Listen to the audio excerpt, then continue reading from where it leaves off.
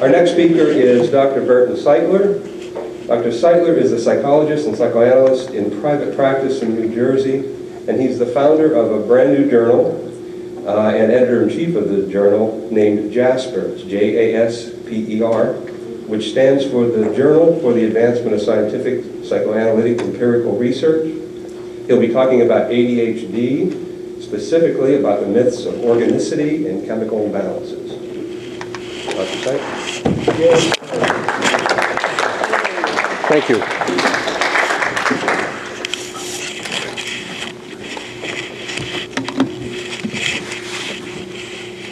Well, that's very nice.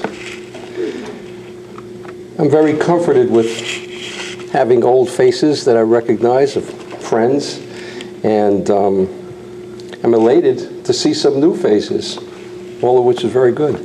Now, I'm going to talk about ADHD. I'm going to read a segment of a much larger paper about which comes from a chapter that I wrote, which will be published the next couple of months. So bear with me because I'm going to try and get to a lot of material very quickly. And I'm going to start off with something fairly personal. When I was about 8 or 9 years old, I recall having a teasing tete-a-tete with my dad, in which he issued a somewhat mischievously conceived, but as it turned out, clever challenge to me. He told me that he could demonstrate that I was not here. Edible rivalries aside, my father said that through the simple use of logic alone, he would be able to do this. Well, I was young, wide-eyed, and curious, so I eagerly dared him to prove to me that I was not here. His demonstration was fairly simple, to the point, and short. He asked me the following questions. Are you in Chicago? My reply was even shorter. No, I answered. Are you in San Francisco? Again, my answer was no. He continued, are you in Winnipeg? I answered no. He named several other locations, but each time my answer was an unequivocal no. Finally, he said, well, if you're not at any of these places, you must be somewhere else. Is that correct? Sure, said I. Armed with little more than a twinkle in his eyes and a mischievous grin, my father then summed up his argument by concluding, well, if you are someplace else, you cannot be here. Taken at face value, this was merely light-hearted banter between a father and his son. Of course, my father and I both knew the truth about my whereabouts, which was, at that time, New York City. It goes without saying that even though I was not in any of the places that he named, this simply meant that I was somewhere other than in those places, not somewhere other than where I really was. In other words, being somewhere else did not negate where my real location was, nor did our mutual understanding of the truth about my whereabouts negate our being able to suspend our spatial orientation temporarily and allow us to mutually delight in this display of verbal chicanery.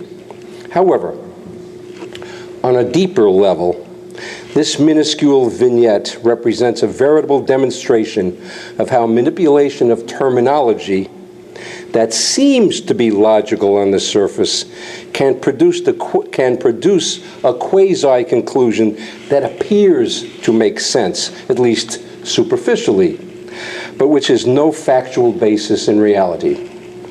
This is a prime example of what is meant by the term sophistry. By that, I'm referring to the use of reasoning and/or argumentation that is inherently false, and which is designed to subtly or otherwise deceive. As George Orwell wrote, in a time of universal deceit, telling the truth is a revolutionary act. Historically, the term sophistry comes from a group of exceedingly eloquent ancient Greek orators called the Sophists, who privileged winning over everything else through the use of logic, or more often the manipulation of logical-sounding arguments. They tended to disregard, show disrespect for, or completely distort the facts in order to achieve their desired ends. We know, of course, that all things can be argued and called into question, but truth, even with a small t, as opposed to a large T, not Trump's truth, should not be determined by whatever or whomever is the most charismatic, the most popular, or the most persuasive. It should stand on its own, shouldn't it? That is what real science is supposed to do.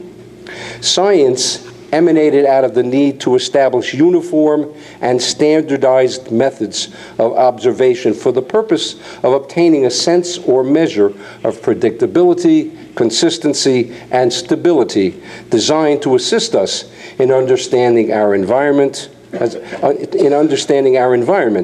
opposed to having it dictated to us by those in power, like the clergy, the government, the king, the elders, or charismatic hate mongers.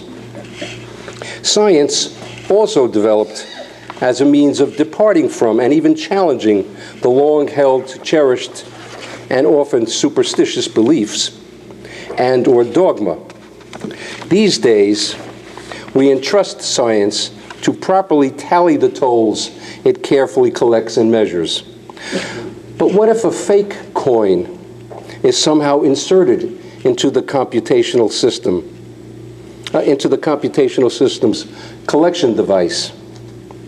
What happens to the data, to the calculations, and the resulting conclusions that are to be drawn? As we know in any syllogism, if we start with a faulty premise, or if the accumulated data are skewed, as in the above example, we will arrive at a faulty conclusion. What has come to be known as attention deficit hyperactive disorder is a prime example of this, ADHD. ADHD is a perfect illustration of a controversial diagnostic categorical misnomer which plays fast and loose with the truth. It has long been fraught with misinformation, misunderstanding, and mistakes. Despite all of these inaccuracies, with the help of the DSMs and Big Pharma, ADHD caught on and has persisted. Even before it was ever formally studied, it was regarded as a neurobiological disease.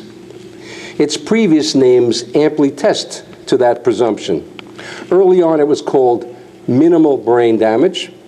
Then the term minimal brain dysfunction was substituted. This lasted for a while.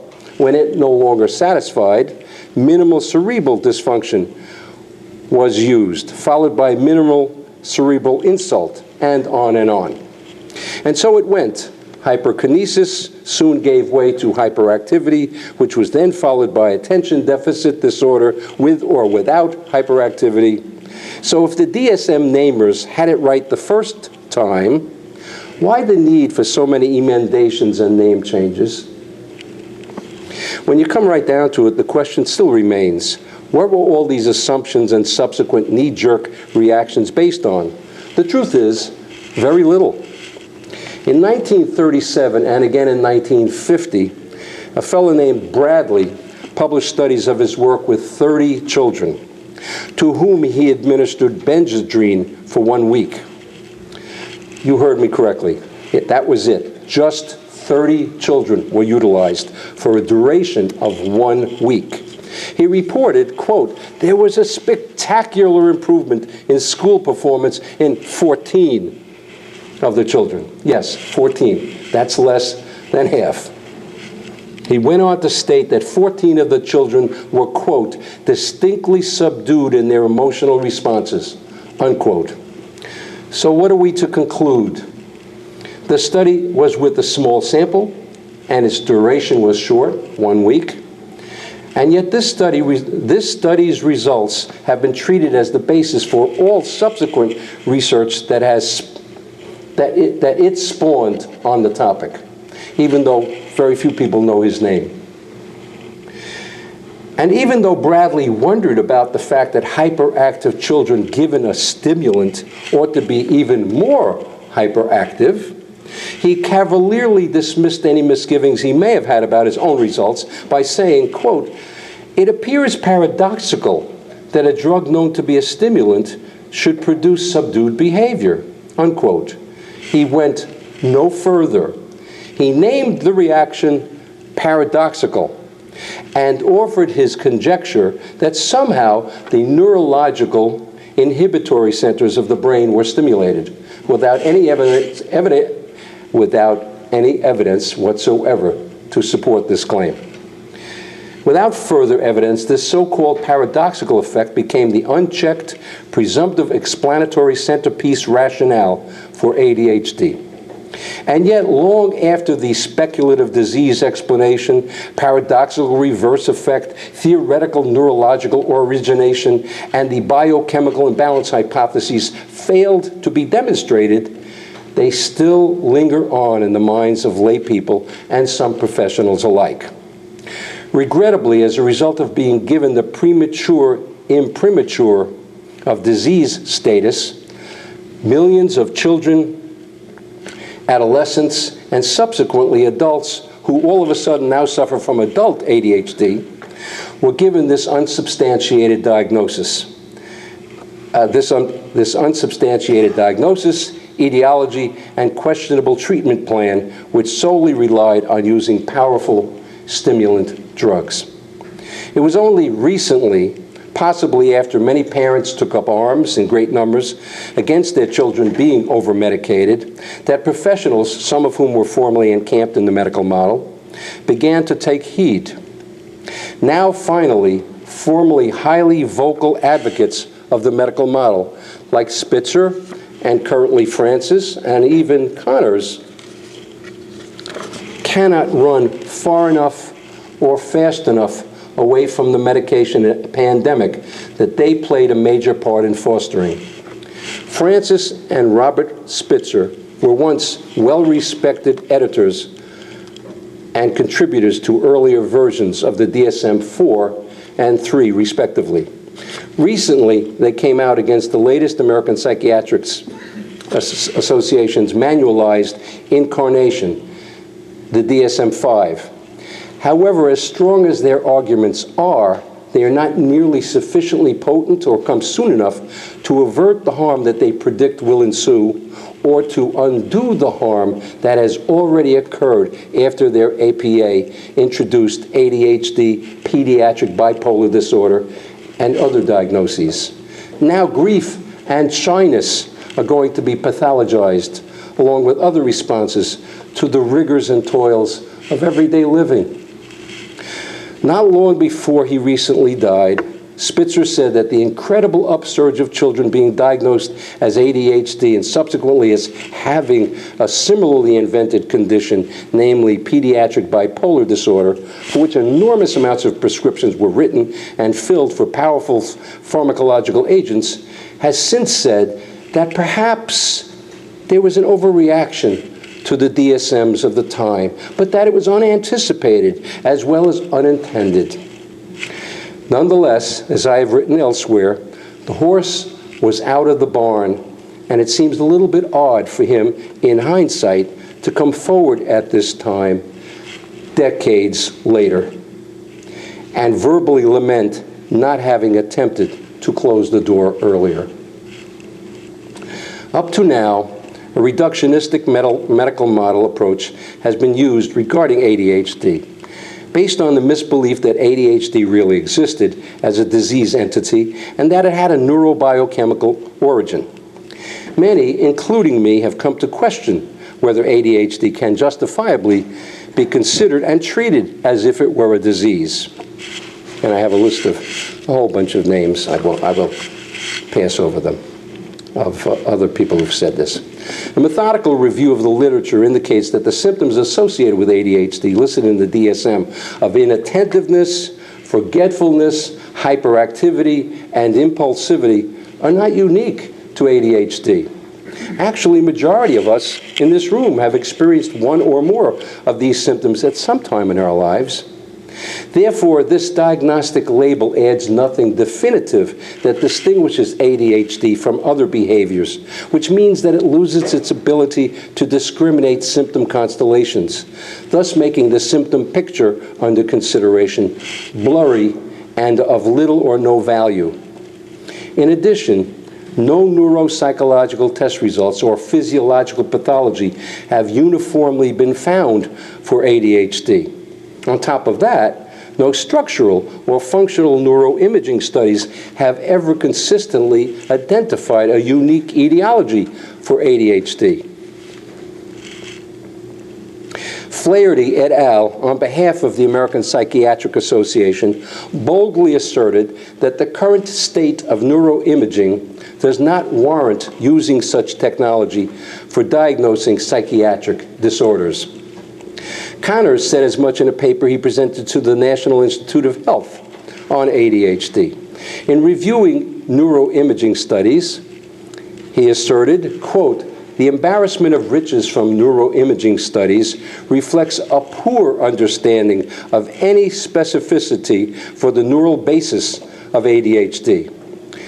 The high levels of comorbidity of ADHD with oppositional, conduct, and mood disorders also calls into question the specificity of the definition of the disease and whether current criteria are sufficient to allow further understanding of the neurobiology of the syndrome," unquote.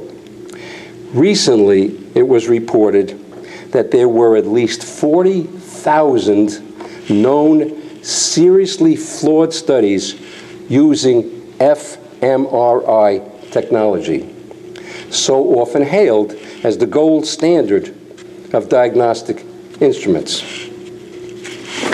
Case in point, in 2009, neuroscientist Craig Bennett and his colleagues at Dartmouth studied the brain activity of an 18-inch Atlantic salmon. When they showed the salmon scenes that they thought were emotional in nature, parts of the salmon's brain emitted a red glow indicating activity.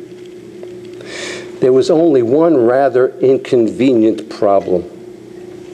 The darn salmon, this uncooperative creature, was dead. Thus, our love affair with things lighting up in the brain may not represent a marriage made in heaven, but merely a case of infatuation on our part, due mostly to our wish for immediate answers and certainty in an uncertain world. This calls into question many of the results obtained by fMRIs over the last 2 decades, where claims proliferated over vast amounts of topics. Scientists professed that they found regions of the brain responsible for musical ability, preference for Coke or Pepsi, fairness, tennis ability, and even schadenfreude. In hush-hush tones, Nancy Canwisher, neuroscientist from MIT, admitted, quote, "It's a dirty little secret in our field that many of the published findings are unlikely to replicate," unquote. And while I'm on the subject of assumptions that we tend to glom onto without a second thought, another supposition that many make or have heard and have repeated as if it is an accepted fact or far-gone conclusion is that blood flow in the brain is a sign of increased neural activity. It might be, but we don't know for sure. Actually, the assumed link between blood flow and nerve action is not always present. For example, Dawson Certain at Columbia University found that in monkeys, some blood changes in the brain had nothing at all to do with localized neural firing. This makes me inquire, what happens when one part of the brain lights up? Doesn't an equivalent part of the brain have to light down, so to speak? In other words, if one part of the brain turns on, doesn't a corresponding part have to shut down? Canwisher asks, quote, "What exactly are neurons doing in there? Is one inhibiting the other, as I'm proposing? This is rarely considered and hardly ever measured, if at all. Now, I'm not decrying the usefulness of fMRIs. Let me make that very clear. They're an important component in our toolbox, but it seems premature to hail such studies as the be-all, end-all final words. There is so much more to learn, and we're barely at the beginning phase of our investigations. But as with any tool, fMRIs must be used properly and not interpreted too broadly. In order for that to happen, we need to know what it can do and what it cannot. Until that time, we need to be quite conservative in our theorizing. Furthermore, when it comes to ADHD, no genetic markers have been identified. Even the definition of ADHD has been fuzzy, thus making studying it empirically fraught with difficulty. To date, most empirical studies have heavily relied on the Conners rating scales, which have questionable validity. Although supporters of the Conners scales claim that it has high inter-rater reliability, research only notes high face validity. Now, for those of you who don't know the term face validity essentially is how a test looks, but not how well it answers the questions. Does it measure what it claims to measure, and thus test what it maintains it tests? When all is said and done, having face validity is really no better than having no validity at all. Even results of the Conners revised rating scale, as well as teacher or parent ratings of school children, have been highly discrepant. Additionally, studies have shown that scales like the Conners, the ADHD rating scale, the Brown, and the Wender-Utah are significantly easy to fake. What this means is that an objective basis for the diagnosis of ADHD has been severely compromised by the use of subjective informant data derived from the above scales or from interview material. On top of that, the use of stimulant medication has failed to distinguish any differential behavioral distinctions between children diagnosed as ADHD and other children that were not so diagnosed, who were also given medications. Also, proponents of the neurobiological model for the etiology of ADHD have not been able to successfully explain the huge differences in incidence of ADHD between girls and boys. Depending on what study you read, there's something like a 3-to-1 all the way to an 8-to-1 ratio of boys to girls who are diagnosed with this curious appellation. My own works, in 2006 all the way through 2008, suggest that such gender difficulties or differences may be cultural manifestations having to do with the manner in which boys and girls are differentially permitted or able to express certain kinds of feelings, particularly sadness or depression. In our culture, it is perfectly acceptable for girls to cry. However, we seem to have a different standard for boys, and under that standard, if they cry or express emotions, they're often ridiculed for their tender feelings. In short, the chant that has reverberated over a span of over 4 decades, namely that ADHD or any of the terms that preceded it is a neurobiochemical disease, is simply not supported by a close analysis of the evidence. This is important because a consequence of holding to a strictly neurobiochemical substrate for ADHD is that it almost inexorably results in an organic solution to this purported but unsupported disease entity, one that involves the use of stimulant medications like Ritalin, Adderall, Strattera, and so on, Intuniv. While these medications might be able to quell a child's excessive activity level in the short term, over a period of time they no longer are effective. In addition, neither children nor their parents typically learn that feelings underlie their overt behavioral manifestations. or what to do when these feelings are expressed and are experienced and expressed. As a result, learning how to regulate or modulate affect may not occur or is severely compromised. This frequently results in a lifetime of dependence on the drug regimen rather than on their children's inner resources regarding their own feelings. Worse than that, medications have been shown to have serious after effects. Now, I use the term after effects purposely rather than side effects, because side effects imply that the effects of the prescribed drugs are either rare or minimal. Research is now telling us a different, much more somber story about the after effects of stimulants, and Grace pointed to some of them. The RAIN study in Australia longitudinally followed Australian children who were receiving stimulant medication for 8 years.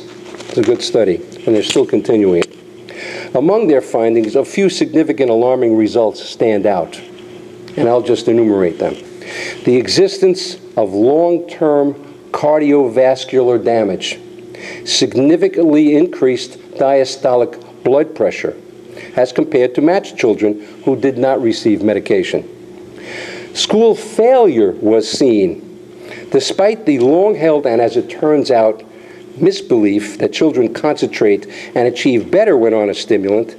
They have a 10.5 times greater chance of being identified by a teacher as performing below grade level. What is more, the study shows that inattention and hyperactivity slightly worsened over the long term, contrary to what the public as well as professionals in the field have been told up till now. Drug advocates have made an argument that the above results occurred because the medicated children had more severe forms of ADHD. However, if you look at the study carefully, the children, when the children were first being put in each of the two groups to be studied, the medicated group and the non-medicated group were compared with each other on developmental, behavioral, and health measures, producing no significant differences between the two groups at the outset. What this means is whatever the method that was used subsequently involving medication is what produced the results, not the diagnosis. Other longitudinal research has noted that, namely Lambert out in San Francisco, has noted that children who are on stimulations over the course of time have a significantly greater chance of becoming addicted to cigarettes or cocaine. An interesting choice, don't you think? There was a time, not all that long ago, when the idea of using medications and psychotherapy for working with patients who had been characterized by the term attention deficit hyperactive disorder was considered to be the moderate position. After all, it was reasoned that if psychotherapy was effective and not terribly harmful, and if medications had efficacy and did not do any damage, it would make sense to utilize both options together. Moreover, in doing so, the whole messy debate whether or not ADHD had a neurobiochemical origin could be straddled by clinicians whose main aim was to help these kids under their care. That was before it became known in some small circles like ours, and later on to an ever-increasing body of researchers and clinicians, that medications were neither as benign as had previously been declared, nor as efficacious in treating this so-called ADHD condition as had previously been claimed. In fact, one of the initial casualties emerging out of the emphasis on this almost exclusive treatment of ADHD with medications was talk therapy, particularly uncovering treatments. I've been given a signal, and the timing is good. This may explain in large part why there's been a relative dearth of published psychodynamic or psychoanalytic research or case studies in this area. I have worked with children for close to 50 years. including many youngsters who were described as hyperactive or the previous names for ADHD. During that time, I began to question the neurobiochemical ideas that were beginning to take hold. My experiences with children who were diagnosed as exhibiting ADHD led me to different conclusions, which I have presented elsewhere. Let me skip to the chase, essentially. What I have found in working with kids who do exhibit hyperactivity, whatever you want to call it, I mean, hyperactivity does happen with children for lots of reasons, is that most of the time, what they are experiencing, I call agitated depression. And when you're able to get past the agitation and sit there with them and be warm and caring and interested in them, you get to something phenomenal, which is sadness and sometimes depression. And when you're able to treat the sadness and the depression, mysteriously, lo and behold, this mystical ADHD thing disappears. It's not magic. It's not brilliance. It's being able to understand that there's something underneath it. Trained as an analyst, I'm always looking for something underneath. There was one case where I was absolutely sure that my theory was wrong. A kid came in, and I'll wrap it up on this note. He came in shaking like this. It looked Parkinson-like. I mean, there's a difference between something that really looks neurological and something that, kid's nervous or herky-jerky. This really looked neurological, and I said to myself, damn it, I'm wrong. All right, let's treat the kid, do our best, and stuff like that. By the time treatment had ended, interestingly enough, this stopped. In fact, I wasn't even sure exactly when it stopped. It happened so gradually. Now, did I cure this kid's neurobiology? Well, I don't know. We now know that the brain is plastic. We now know that psychotherapy and talk therapy, and particularly psychoanalysis, has effects on the brain. But even if it didn't, the very fact that this stopped says that whatever goes on in the relationship between the child and the therapist is the number one most important thing on the planet. The relationship is what the kid was telling me about when he finally trusted me, opened up to me, and discussed things with me. So I want to leave you with that and wrap it up.